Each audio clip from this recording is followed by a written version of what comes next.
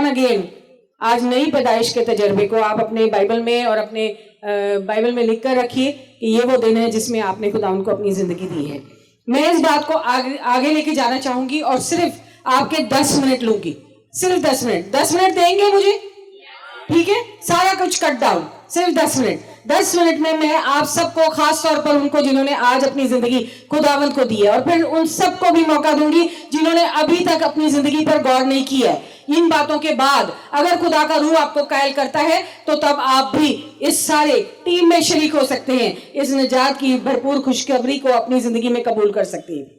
میں یہ آپ سے بات کرنا چاہتی ہوں کہ جب آپ نے خدا یسوع مسیح کو اپنے شخصی نجات دہندہ آج تسلیم کر دیا ہے, تو اب جس طرح سے یہ ابھی آپ کو ایک سکٹ دکھائی گئی تھی اور کس طریقے سے مشکلات کا سامنا اس بچی کو کرنا پڑ رہا تھا, اور ابلیس کس طرح سے اس کے اوپر پریشر اور سارا جو ہے وہ بوجھ ڈال رہا تھا تاکہ وہ خداوند میں ترقی نہ کر سکے, بالکل ایسا ہی آپ کے ساتھ بھی ہونے والا ہے. جنہوں نے آج اپنی زندگی خداوند کو دی ہے اور آپ نے اپنے آپ کو بچانے کی ضرورت ہے, اور بچاؤ کے لیے میں آپ کو 3 ہتھیار دینا چاہتی ہوں.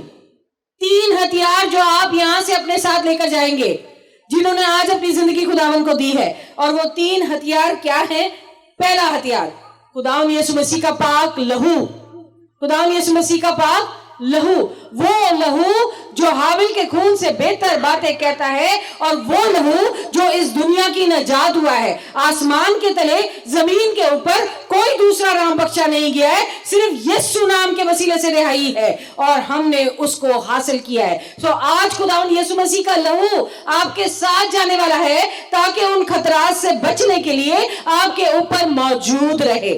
سو پہلا جو ویپن یا پہلا ہتھیار جو میں آپ کو دینا چاہتی ہوں, جو آپ کا سیفٹی ویپن ہے ابلیس کے خلاف کہ وہ آپ کے قریب نہ آ سکے, وہ خداوند کا پاک لہو ہے.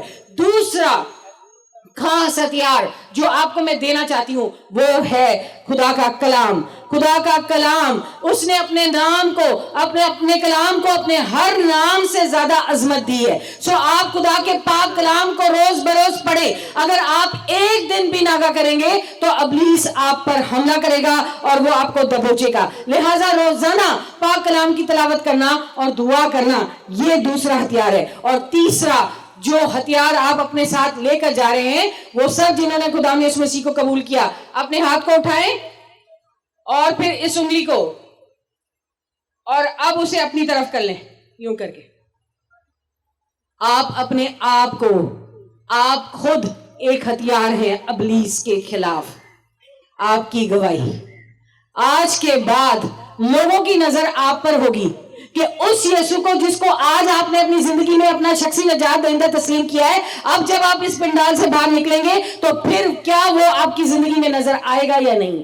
آپ کو اپنی گواہی دینا لازمی ہے. یہ بات جو آج آپ کے دل میں ہوئی ہے, جو تحریک خدا نے آپ کو آپ کے دل میں ڈالی ہے, باہر جا کر اس کو, گھر جا کر اپنے رشتہ داروں سے, اپنے دوستوں سے اس کو شیئر کیجئے. جو ٹک ٹاک بناتے ہیں وہ اس ٹک ٹاک کو مت بنائیے, بلکہ ان باتوں کو شیئر کیجئے کہ آج میری زندگی میں کیا ہوا ہے اور میں نے اپنی زندگی کو تبدیل کر لیا ہے, اور آج کے بعد میں ان گھنونے کاموں میں انوالو نہیں رہوں گا, کیونکہ میں اب خداوند یسوع مسیح کا پیروکار بن گئی ہوں.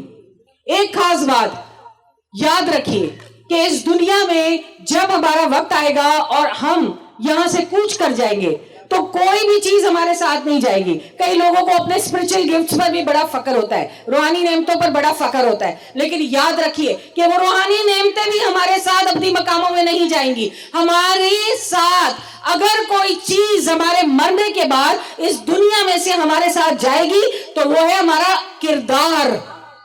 ہمارا کردار, جو کچھ اس دنیا میں اپنے کردار میں, اپنی عادات میں اور اپنے رویے میں ہم نے کیا ہوگا, ہم وہی اچھا کردار اپنا آسمان کی بادشاہت میں لے جا سکتے ہیں. ہمارا کردار ہمارے ساتھ جو ہے اٹس ڈٹرمن, کبھی بھی وہ ہم سے جدا نہیں ہوگا. سو لہٰذا اگر ہمارا کردار درست نہیں ہے تو آج خدا کا پاک کلام آپ سے کہتا ہے کہ اپنے کردار کو درست کیجئے, سچائی کی راہ پر آ جاؤ اور سچائی تمہیں آزاد کرے گی. یوحنا رسول کی انجیل اور اس کا 8 باب اور اس کی 32 آیت فرماتی ہے کہ تم سچائی کو جانو گے اور سچائی تمہیں آزاد کرے گی. تو آپ کا کردار ایک امپورٹنٹ چیز آپ کے ساتھ ہے جو آپ کے ساتھ ابدی مقاموں میں بھی جائے گا, which is going to be with you. کلام خدا فرماتا ہے 22 मुकाशवा 22 बाब और उसकी 8 से 11 आयत में कि जो बद है वो बद होता जाएगा और जो नेक है वो नेक होता जाएगा, जो राज है वो राजबाजी ही पाता जाएगा और जो बदकार है वो बदकारी ही करता जाएगा। आपने वो कैटेगरी चुनी है जो सच्चाई की कैटेगरी है, सो लिहाजा उस पर चलने की कोशिश करें। कुछ मैं छोटे से एक जो है वो असूल आपको जो है वो बताकर और इस बात को खत्म करना चाहूंगी, और वो ये बात है कि हमारे पास खुदा के तरफ से दी हुई कुछ कंक्लूजन बातें हैं, और वो ये है कि हमने अपने आप के इस रूहानी जिंदगी के अंदर खुद तरक्की करनी है, कोई हमारी मदद नहीं करेगा। याद रखें, you have to save yourself. आपने अपने आप को जिंदा रखना है, आपको अपनी चेक लिस्ट को दुरुस्त करना पड़ेगा। आपकी चेक लिस्ट क्या है, आपने कौन से काम करने हैं ताकि आपका चाल चलन पाक दुनिया में रहे।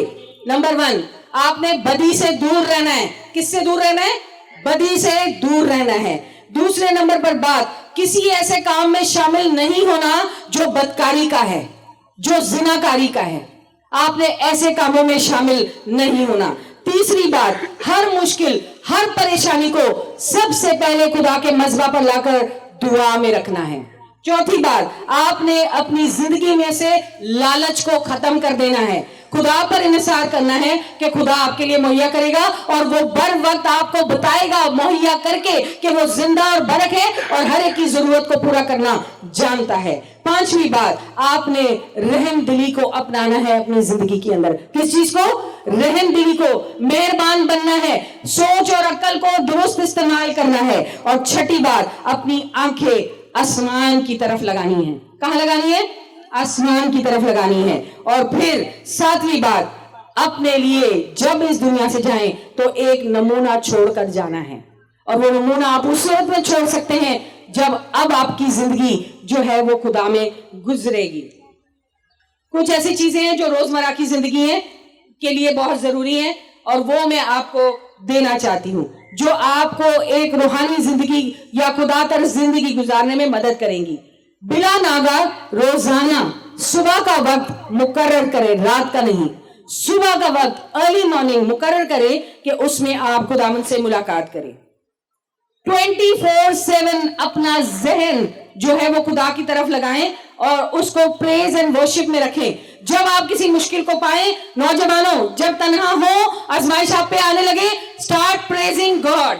फिर चेकलिस्ट में आपके पास है कि डेली आपने खुदा की हजूरी में खुदा के कलाम का मुताला करना है। चौथी खास बात, हमेशा एक मेडिटेशन का टाइम चुनिए कि किस वक्त आपने तन्हाई में बैठकर अपने सर पर, अपने दिमाग पर हाथ रखकर दुआ करनी है और खुदा से पूछना है कि खुदावन आपसे क्या कहना चाहते हैं।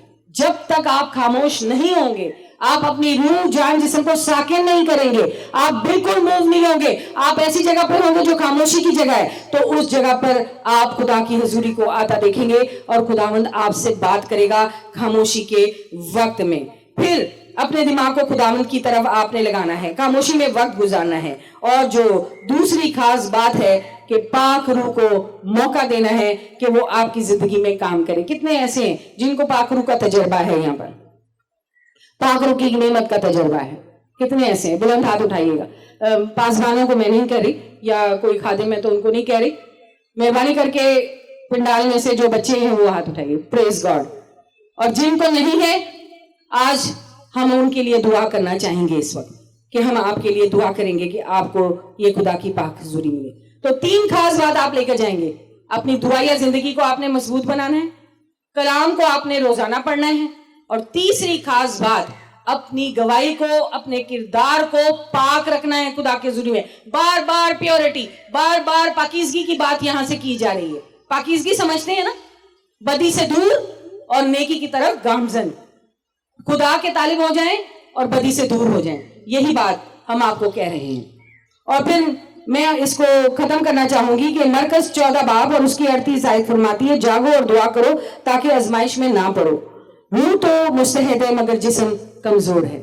याद रखें, ये जिस्म आपको कई गलत हरकत को करने के ऊपर मजबूर करेगा, और आपने इसको मुक्के माने हैं और आपने इसको कहना है कि ये गलत काम की तरफ नहीं जा सकता, क्योंकि अब मैं मसीह की पैरोकार हूं और मैं इसे हुक्म देती हूं कि ये खुदा की ताबेदारी में आ जाए।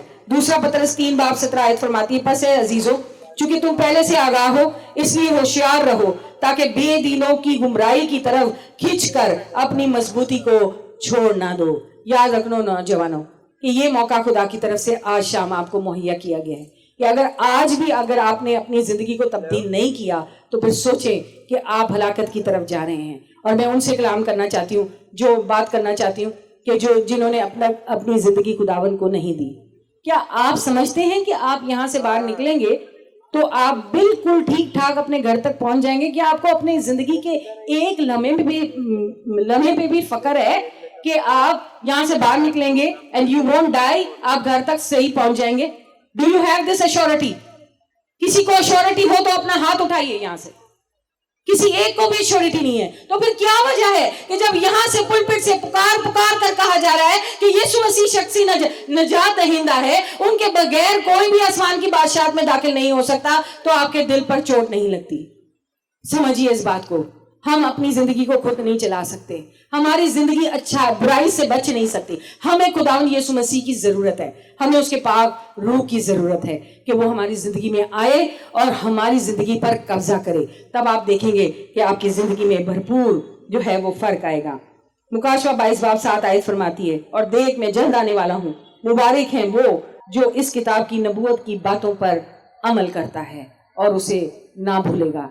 खुदावंद आज शाम आपको पुकारते हैं और खुदावंद की दुआ ये है, हमारी दुआ आपके लिए ये है कि आप अपनी तरजीहात को तब्दील करें, अपनी प्रायोरिटीज को तब्दील करें। क्या जरूरी है?